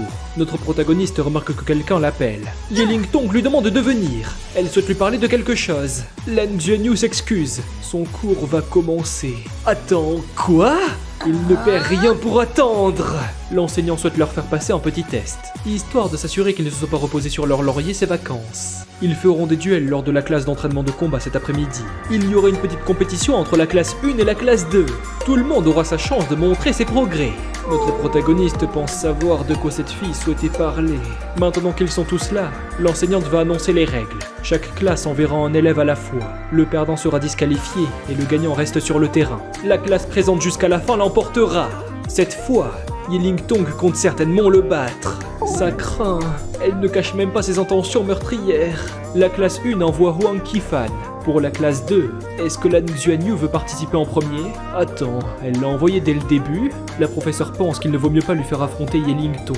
Leur rivalité peut causer des accidents, et le père de cette fille ne doit pas être offensé. À présent, que le match commence! Huang Qifan active son esprit d'âme, l'ours de combat. Sa première capacité d'esprit est la force de l'ours. Alors il a déjà une compétence? Ce n'était pas le cas lors du dernier semestre. L'enseignante de la classe 1 dit que c'est très important d'avoir un bon départ. Ne pense-t-elle pas la même chose? Est-ce qu'elle pense avoir gagné d'avance? L'adversaire se rapproche de notre protagoniste. Le garçon le voit arriver. Son adversaire tente de le griffer, mais l'attaque est esquivée sans difficulté. Et une fois cela fait, Lan Xuanyu utilise son herbe bleue argentée. En visant le sol, de la glace apparaît sur les pieds ennemis. Attends, quoi? Est-ce qu'il peut geler une flaque d'eau? L'élève trébuche à cause de ça. Un pic de glace est formé. Notre protagoniste qui vise sa tête lui déconseille de bouger et se tient debout en tant que vainqueur. Huang Qifan a perdu. Ses compétences de combat ont clairement changé. Comment est-il devenu si fort en un rien de temps? Le gagnant de ce duel est Lan Xuanyu. Son adversaire qui se relève hurle qu'il a triché. Yeling Tong demande qu'il cesse d'embarrasser sa classe. Sa défaite est car son adversaire est doué. La fille demande à l'enseignante si elle peut participer en second. Waouh, notre protagoniste ne pensait pas gagner si facilement. L'entraînement de tante Nana porte vraiment ses fruits. Le prochain adversaire est Yeling Tong de la classe 1. La fille qui se prépare lui déconseille de trop se la péter. La dernière fois, il est parvenu à supprimer son esprit d'âme. Mais cette fois, elle a quelque chose pouvant changer les choses. Activation de l'armure céleste. Maintenant, Yeling Tong se place en garde, prête à le soumettre. Elle est vraiment différente de Huang Qifan. Il ne parvient même pas à avoir de gros défauts dans ses mouvements. Activation de bouclier de glace. À cause de ça, la main adverse est déviée et le garçon en profite pour se déplacer. Lan Xuanyu en appelle au dard de glace. Ceux-ci avancent derrière le bouclier détruit, profitant de son angle mort. Mais cela ne pose pas de problème. Les missiles sont détruits par des coups de coude. Et Yeling Tong tente de donner un coup de pied retourné. Les enseignantes pensent que ça devient dangereux. Notre protagoniste remarque son mouvement. Alors il place sa jambe en opposition. Et cela l'a propulsé dans les airs. Maintenant, impossible pour lui de s'enfuir. Alors, comment compte-t-il s'échapper? En tout cas, il ne compte pas de rater. La griffe draconique se rapproche dangereusement. Notre protagoniste s'apprête à riposter. L'herbe bleue argentée s'est enroulée sur son bras, lui donnant une aura bien différente. Maintenant, les choses sont devenues sérieuses. Alors il compte la bloquer de face. Quelle blague! Avec son armure céleste active, Yeling Tong est la plus forte de toutes les élèves de première année. Les professeurs assistent à ce combat d'anthologie. La main de la fille est saisie et une impression horrible la traverse. Les élèves sont bouche bée. Alors encore une fois, visiblement, le dénouement de leur combat se soldera toujours par la victoire de Lan Xuanyu. L'armure céleste de Yeling Tong s'est volatilisée. Qu'est-ce qui a bien pu se passer? Une enseignante demande à la fille si tout va bien. Comment se sent-elle? Alors Yeling Tong a encore perdu. Pourtant, la déléguée est la plus forte. C'est vraiment étrange. En dehors de Lan Xuanyu, personne n'a accompli cette prouesse. Pourquoi? Malgré tous ses efforts, la capacité ne cesse de disparaître lorsqu'elle tente de le frapper. Est-ce que la déléguée a perdu intentionnellement? Peut-être qu'elle a fait exprès d'y aller mollo avec lui. Ça fait sens. Elle n'aurait pas perdu sinon. Ses paroles suffisent à l'attrister. Ce n'est pas ça! Ce n'est pas vrai! Yellingtong n'aime pas du tout ce type. Pourquoi s'enfuit-elle tout à coup? L'enseignante est partie pour la rattraper. Cette espèce d'enfoiré, elle le déteste plus que tout au monde. Plus tard, Yellingtong demande à son père pourquoi cela s'est reproduit. Ses camarades s'amusent à dire qu'elle l'aime et que c'est pour ça qu'elle a fait exprès de perdre. Mais à la place, sa fille déteste ce garçon. Elle veut seulement le battre. Yefeng répond que ça ne fait aucun sens. Même s'il pouvait supprimer son âme martiale, les effets ne devraient pas être aussi radicaux. L'homme demande à son sucre d'orge de cesser de pleurer. Papa s'apprête à participer à une réunion. Ils en parleront dès son retour. Un soldat salue le commandant et ajoute qu'ils sont tous à l'intérieur. Parfait, commençons la réunion. Ils devraient tous connaître l'importance de cette mission. L'escouade de dragons féroces sera chargée de l'accomplir. Cette fois, leur cible est une organisation cruelle, dotée de capacités anti-reconnaissance très puissantes. Évidemment, il faut aussi empêcher le chaos de se propager jusqu'à la population civile. Il faut opérer en les traquant sans se faire remarquer, sinon il pourrait y avoir une catastrophe. 3 mois sont passés en un clin d'œil. Grâce au conseil de Nana, Lan Xuanyu est passé au niveau 13. Nanshang est surprise. Son fils a grandi. Cela fait 3 mois depuis le départ de Lan Xiao en expédition, environ la moitié de la période avant son retour. La mère pense qu'il devrait sortir avec Lan Xuanyu demain. Récemment, un nouveau château gonflable a ouvert dans la ville. Waouh, sérieux? Notre protagoniste aimerait vraiment y aller. Sa mère lui signale qu'il est joyeux à chaque occasion de jouer. Tante Nana dit que c'est d'accord. Dans ce cas, ils s'y rendront demain, mais il doit finir l'entraînement d'aujourd'hui. La femme dit qu'il a plus ou moins maîtrisé les fondations. Maintenant, il devrait se concentrer sur l'amélioration de son niveau spirituel. Même s'il manque encore de techniques en combat rapproché, puisqu'il est né avec un double esprit, il va devoir se concentrer pour combiner la puissance des deux. C'est pourquoi Madame Nana compte lui apprendre une technique de combat ancestral. Son nom est le dragon d'or briseur de cieux. Waouh! Une compétence de combat? Au sein de la conscience spirituelle de Lan Xuanyu, l'enseignante explique que la clé de cette technique est de faire brûler l'énergie par son sang. Pour ce faire, il doit percevoir l'énergie et le pouvoir d'âme se trouvant dans son corps. Utiliser cette capacité fera circuler son sang dans le sens opposé. C'est pourquoi Madame Nana va le guider pour la première fois. Il devra retenir la sensation de ce changement. Au sein du corps de notre protagoniste apparaît une nouvelle sensation. Son esprit d'âme semble se concentrer au centre de son corps, formant une spirale bleue. Ça fait mal. Lan Xuanyu a du mal à respirer, et il fait de plus en plus chaud. Une lueur apparaît au bout de sa main. Son bras vient de prendre une apparence draconique. Et alors qu'il tend sa main en face, un rayon se prépare. Nana annonce le nom de la technique, Dragon d'or briseur de cieux. Le missile est aussitôt projeté et s'écrase sur la cible en face. Waouh, c'était vraiment puissant! Mais l'utiliser a drainé tout son pouvoir d'âme. La maîtresse transfère alors son énergie pour l'aider à s'en remettre. A-t-il ressenti la différence? Son sang a circulé dans le sens inverse, ce qui a provoqué la flamme. Lorsque cela est combiné avec l'énergie d'âme, il peut manifester un pouvoir bien plus puissant que la normale. La technique du dragon d'or briseur de cieux peut aussi servir d'entraînement, car en l'utilisant, son sang perturbé nourrit les méridiens. Notre protagoniste se retourne vers Tante Nana et demande quel pouvoir se trouve dans son sang. Cela surprend la femme. Elle n'en est pas tout à fait sûre, mais son intuition lui dit que cette technique est parfaite pour son cas. L'enseignante ajoute qu'ils vont le refaire 10 fois avec son aide. Après ça, il pourra essayer seul. Le garçon répond d'accord d'un air motivé.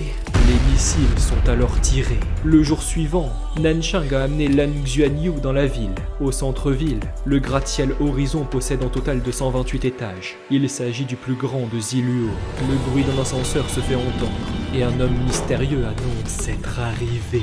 La voix dans son oreillette dit qu'il peut commencer. Un rire se fait entendre.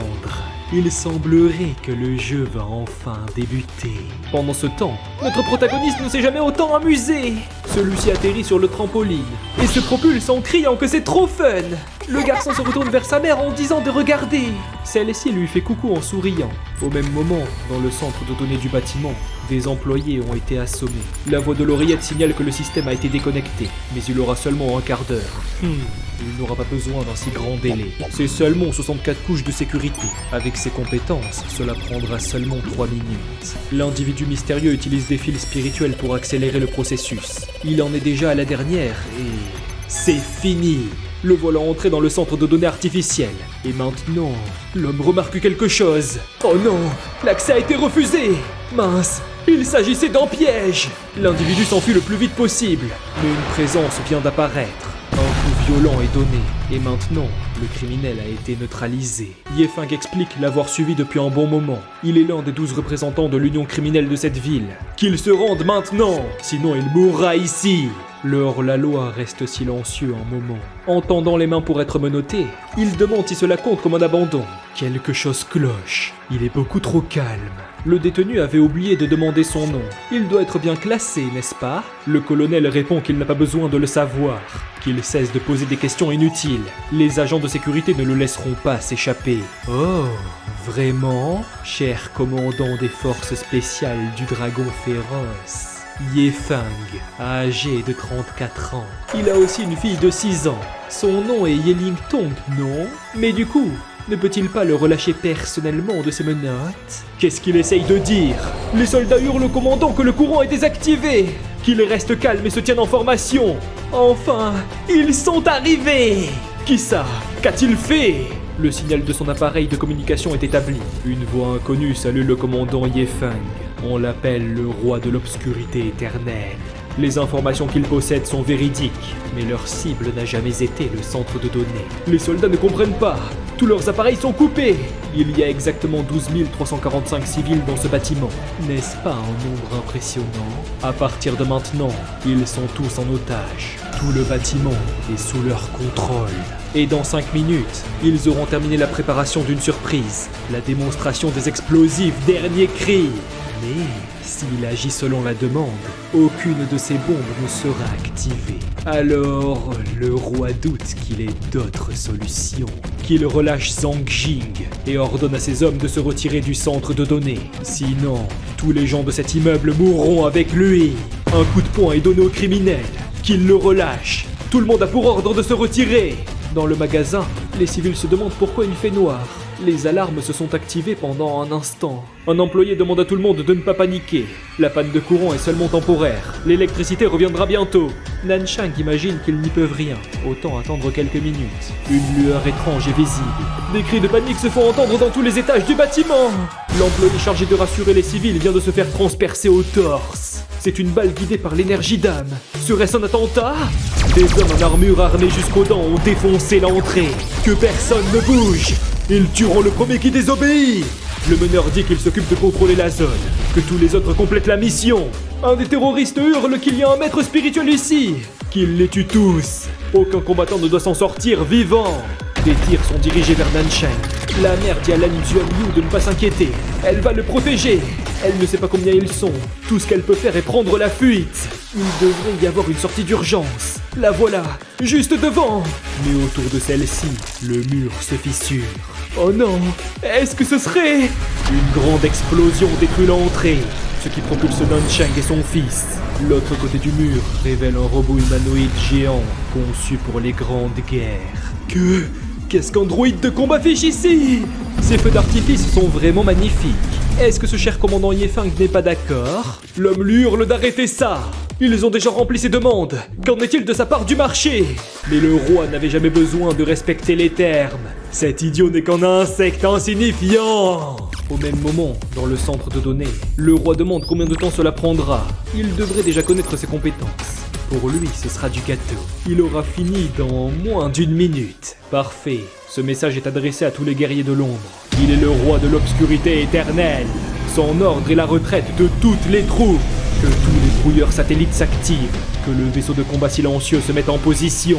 Maintenant, suivez tous le plan et achevez la mission. L'immense navire volant mitraille les vitres, tandis que d'autres bombes s'activent. Les boucliers de Nanchang sont instantanément brisés. L'impact lui fait cracher du sang, alors qu'elle perd peu à peu conscience. Lan Xuanyu est inquiet pour sa mère.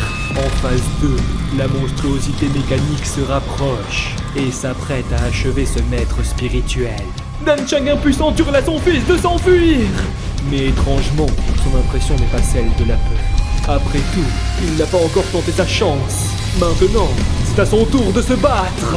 Les dards de glace se brisent sur l'armure de métal. Le garçon hurle qu'il ne le laissera jamais blesser sa mère. Oh, alors ce gosse est aussi un maître spirituel. Dans ce cas, il les tuera tous les deux.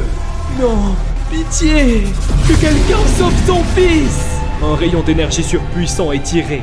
Lan Xuanyu n'avait pas imaginé qu'il serait si puissant. Jamais il ne pourra contenir ça.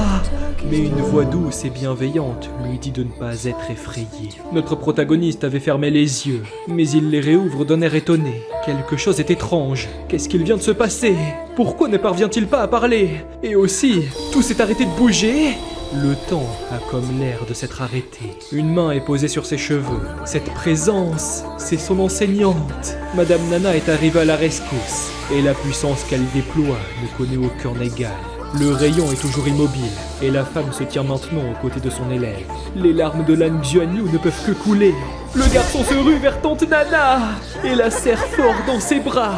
Ces gens ont osé blesser sa mère. Comment vont-ils faire? La femme lui demande de ne pas pleurer. Elle est là pour les protéger. À présent, il est devenu un homme. Son courage l'a poussé à s'interposer devant sa mère pour la protéger. Et pour ces gens qui ont eu l'audace de s'en prendre à ses proches, le robot est toujours immobile. Nana compte se débarrasser de cette vermine sans daigner bouger de son emplacement. La machine est éclairée par une lumière étrange et se voit aussitôt désintégrée. Tout l'immeuble est entouré d'une aura indescriptible. Les citoyens se rendent compte qu'ils peuvent de nouveau bouger. Les terroristes et le droïde, ils sont tous partis. Nanchang hurle le nom de son fils. Celui-ci la remarque, alors il la prend aussitôt dans ses bras. L'enseignante les félicite tous les deux pour leur performance. La douleur vient de disparaître. Madame Nana possédait aussi des compétences de soins. Les civils pensent que la présence de cette femme a tout changé. C'est sûrement elle qui les a sauvés. Elle était la seule à pouvoir bouger. Parmi tous ceux qui ont osé s'en prendre à Lan Xuanyu, aucun n'en ressortira vivant. Pour l'instant, cet enfant devrait la suivre. Il s'agit de l'option la plus sécurisée. Cette dame est extrêmement puissante. Mieux vaut s'en remettre à son expertise. Nanchang s'adresse à son fils. En restant proche de tante Nana, elle sera rassurée pour lui. La sauveuse porte à présent le garçon. Celui-ci la remercie de tout son cœur pour les avoir sauvés. Cela suffit à la réchauffer. Bien, maintenant qu'ils se sont occupés de cet endroit, tous les autres ennemis seront anéantis. Pendant ce temps, au sommet de l'immeuble, Zhang Jing dit qu'il est presque arrivé jusqu'au vaisseau. Ses forces de l'ordre sont vraiment incompétentes. La mission est un succès total. Mais du coup, qu'est-ce que son cher roi pense d'un feu d'artifice pour célébrer leur victoire? C'est quelque chose dont tous les habitants de la ville des ombres seraient fiers. Qu'il la ferme et se contente d'entrer dans le navire. Ne sait-il pas à quel point les anciens de la Fédération sont forts? Cet idiot devrait pourtant savoir que le pavillon divin de la secte Tang est encore dans les parages. Si la mort l'intéresse, il n'a qu'à sauter de l'immeuble. La cité n'ira pas le suivre dans ses idioties. L'homme répond que ce n'était certainement pas ses intentions. Il se retire immédiatement. Par contre, il a perdu le contact avec l'escouade numéro 4. Impossible de savoir ce qu'il s'est passé. Le roi répond d'oublier ça pour l'instant. Le réacteur va atteindre ses limites. Il est grand temps de quitter la planète Tianluo. Activation de la cape de discrétion. Dès qu'ils auront quitté l'atmosphère, plus rien ne pourra leur arriver. Au milieu du vacarme de la fusée, un point lumineux apparaît. Cela n'est nul autre que l'enseignante, accompagnée de son élève. Les deux observent le vaisseau prenant la fuite. Alors comme ça, ils souhaitent déjà partir. Madame Nana touche l'anneau de son élève, et celui-ci se dématérialise. Grâce à ça, elle peut le rediriger vers sa cible, formant un rayon lumineux au centre de sa main. La lance diviseuse de paradis se dirige peu à peu vers sa destination. Malgré la puissance des réacteurs du vaisseau spatial, celle-ci le rattrape de plus en plus. Dans le vaste ciel étoilé, le navire ennemi s'est échappé de l'atmosphère depuis bien longtemps. Pourtant, l'arme divine l'a rattrapé avec une grâce infinie. Et à leur rencontre, une lumière incandescente s'est révélée, illuminant doucement la surface du globe tel un balai céleste envoûtant. Sous une explosion étincelante, Madame Nana pense que tout est terminé. Désormais, les tourments sont loin derrière, emportés par le vent de la résilience. La poussière de la lance diviseuse du paradis est revenue jusqu'au pouce de Lan Xuanyu, avant de reformer l'anneau. Notre protagoniste demande à tante Nana ce que cela peut être. Ah, ça, la femme imagine que c'est un genre de feu d'artifice. Malgré la beauté de cette scène, Nana se retourne. Il reste un dernier détail à régler. Après avoir illuminé les cieux de son pouvoir, toutes les formes de vie malicieuses au sein de l'immeuble Horizon se voient désintégrées, comme si cette histoire n'était qu'un mauvais rêve. Yefeng n'a pu que regarder de loin. Ses yeux n'ont pas pu lui donner la moindre explication de ce miracle. Le vaisseau ennemi a été détruit. Dans un autre bâtiment, à proximité de l'immeuble Horizon, une personne est entrée par effraction au sein d'une chambre d'hôtel. Détruit. Il n'y a plus rien. Qui a bien pu faire ça? S'il n'avait pas sa cape d'invisibilité, cette énergie spirituelle l'aurait désintégré. C'est bien trop flippant. Depuis quand la ville de Ziluo possède un tel protecteur? L'homme s'adresse au roi de l'obscurité éternelle. Quelque chose de terrible est arrivé. Le vaisseau fut détruit en un instant. Cette attaque terroriste a choqué la planète entière. Les militaires ont repris le contrôle de l'immeuble Horizon. Les autorités comptent encore des blessés. L'équipe de démineurs s'est occupée de retirer la centaine de bombes restantes qui n'avaient pas explosé. Les officiers de la Fédération sont furieux et ont ordonné une investigation afin de retracer l'emplacement de la ville des ombres. Ils ont également essayé de rassurer et d'offrir des compensations aux familles de victimes.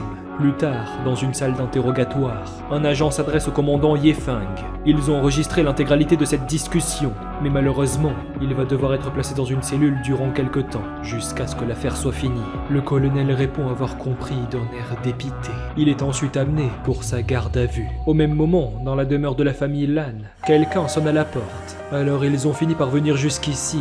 À l'entrée, deux silhouettes sont visibles. Yuntan demande à Nana pourquoi elle s'est installée sur la planète Tianluo. Sa citoyenneté n'est pas encore permanente. Elle n'était pas encore supposée pouvoir partir. La femme demande ce qu'ils font ici. À propos de ça, l'assistante imagine qu'elle est au courant pour l'immeuble Horizon, n'est-ce pas? Voici l'enregistrement. Cela a été capturé par les satellites suite à la restauration des interférences. Était-ce vraiment elle? La chercheuse a du mal à y croire. Nana confirme. Attends, alors elle est vraiment aussi forte que ça? C'est pourquoi aucun de leurs tests n'a fonctionné sur cette femme. Le meneur du groupe s'avance et demande à ce qu'elle revienne avec eux quelque temps sur la planète Tiandu pour une enquête. Et que ferait-il si jamais elle refuse? Une impression étrange saisit le détective. Les agents la pointent de leurs armes, mais l'homme ordonne d'arrêter.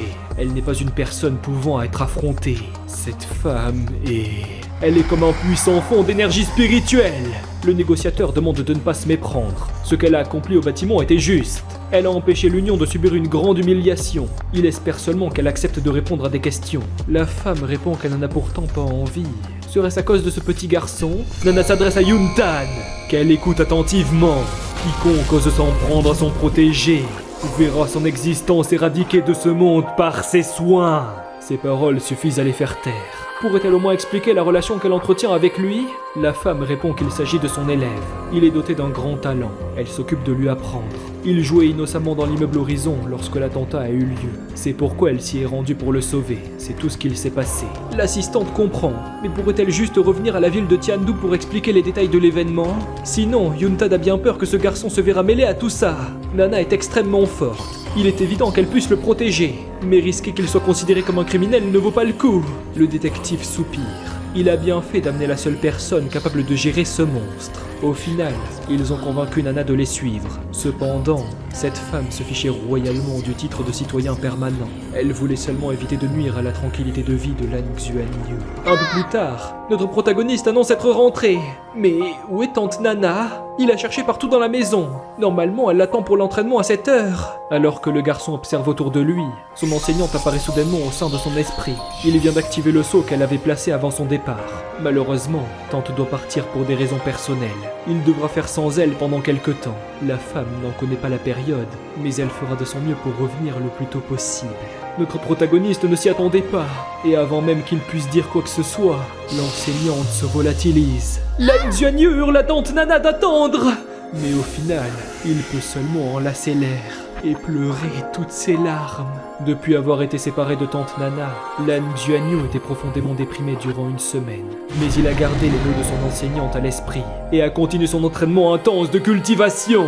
Non seulement à cause de son impuissance lors de l'incident, mais aussi car il savait maintenant l'importance du niveau d'un combattant. Il compte donc atteindre le niveau 20 le plus vite possible. De cette façon, peut-être que Madame Nana refera son apparition. La vie à l'école est devenue calme et monotone. À cause de l'incident, Yeling Tong a soudainement cessé de venir en cours. Et Lan Xuanyu est devenu le meilleur élève de la classe 1. 3 nouveaux mois sont passés vite. Le cœur de Lan Shang a ressenti de plus en plus d'anxiété. Lan Xiao est partie en mission sur une nouvelle planète depuis déjà la moitié d'une année. Elle n'a reçu aucune nouvelle de lui depuis quasiment 2 semaines. Cela l'a rendue très inquiète. La directrice s'adresse à Lan Xuanyu. À partir du semestre prochain, l'école élémentaire de Tianluo ouvrira une classe d'élite. Ils choisiront les meilleurs élèves de chaque école pour la constituer. Ces groupes seront les plus avancés et auront les meilleurs professeurs. On peut aussi appeler ça une classe pour les surdoués. Tous les camarades qu'il y rencontrera seront incroyables. Leur école a 10 places car il s'agit de la meilleure de la ville. Et au sein de sa classe, son nom est inscrit dans la liste. Alors il devra travailler dur. Notre protagoniste remercie Madame Q. Il ne la décevra pas et fera de son mieux. Une classe pour les meilleurs élèves. Lan Xuanyu pense que ça a l'air incroyable. Mais une voix familière l'appelle par son nom. Yeling Tong lui demande s'il est revenu de sa pause. La fille qui se rapproche explique vouloir lui parler. Notre protagoniste se demande ce qu'elle va raconter. Mais son interlocutrice regarde ailleurs un instant. Le garçon ne comprend pas. Elle est venue pour lui dire qu'elle trouvera un moyen de le battre. Oh, pas encore. Bon, si se battre est la seule chose dans son dictionnaire, il va faire quelque chose de plus intéressant. À plus. Pourquoi n'est-il pas venu lui demander où elle était passée ces derniers mois? Il est vraiment détestable. Yeling Tong le hait plus que tout. Elle est celle qui commence à chaque fois. Et en quoi son absence est censée avoir une quelconque importance à ses yeux? Maintenant, Lan Xuanyu compte rentrer chez lui. Ce type! La fille reste muette quelques secondes, avant d'éclater en sanglots, sans pouvoir faire cesser ses larmes. Père a été saisi, et elle a été enfermée chez elle de force. Yefeng est seulement rentrée chez lui depuis hier. Elle est venue lui parler dès son retour à l'école. Elle voulait juste sympathiser, mais il l'a ignorée. Est-ce vraiment tout ce qu'elle représente pour lui? Un pot de colle? Est-ce qu'il la déteste vraiment autant? Cet enfoiré de Lan Xuanyu, il ne perd rien pour attendre. Ce n'est pas fini. Durant les vacances, Lan Xuanyu a mis au point un planning pour ses entraînements et a fait en sorte de le respecter de manière très stricte. Cela passait par de la méditation ainsi que de l'activité physique. 1 mois et demi plus tard, il a enfin atteint le niveau 14. Nanchang lui rappelle que l'école reprend demain. A-t-il bien tout préparé? En effet, il comptait même faire un peu de méditation ce soir. À l'entrée de la maison, des bruits de pas se font entendre et une clé se rapproche de la serrure. Le garçon qui se relève dit que c'est son père. Alors il est enfin rentré à la maison. Celui-ci pense que son fils est devenu un peu plus lourd. L'homme regarde sa femme dans les yeux et dit qu'il est rentré à la maison. Nanchang qui se retourne imagine qu'il s'est enfin souvenu du chemin jusqu'à chez lui. Enfin, il n'a sûrement pas encore eu son dîner. Alors sa femme va lui préparer quelque chose. Lan Xuanyu dit à son père qu'il a beaucoup manqué à maman. Elle ne cessait de penser à lui tous les jours. Lan Xiao se dirige alors dans la cuisine et appelle sa femme. Mais celle-ci ne prononce pas le moindre mot. L'eau continue de couler sur les aliments, et la maison de la famille Lan se voit enveloppée d'un voile de tranquillité. Et à l'intérieur, le couple profite de leurs douces retrouvailles. Ce soir, leurs étreintes répétées seront le langage muet de leur amour profond et éternel. Lan Xiao s'excuse, il est désolé pour l'avoir inquiété. Nanchang lui demande de ne pas partir aussi longtemps la prochaine fois. Oui, l'homme lui promet. Lan Xuanyu a enfin pu partager un nouveau repas avec son père, et leur famille ne s'est jamais sentie aussi unie. Merci à CyberGhost VPN pour avoir sponsorisé cette vidéo. N'oubliez pas de cliquer sur le lien dans la description et les commentaires épinglés afin de bénéficier d'une réduction exclusive aux abonnés de la chaîne. L'application protégera vos données pendant que vous naviguez et vous donnera un accès complet à tout le contenu bloqué sur internet pour seulement 2,03 € par mois. C'est totalement sans risque, alors allez le tester par vous-même. Si vous avez envie de soutenir mon travail, n'hésitez pas à aller voir mon Patreon. Et sur ce, on se retrouve pour la prochaine. Ciao.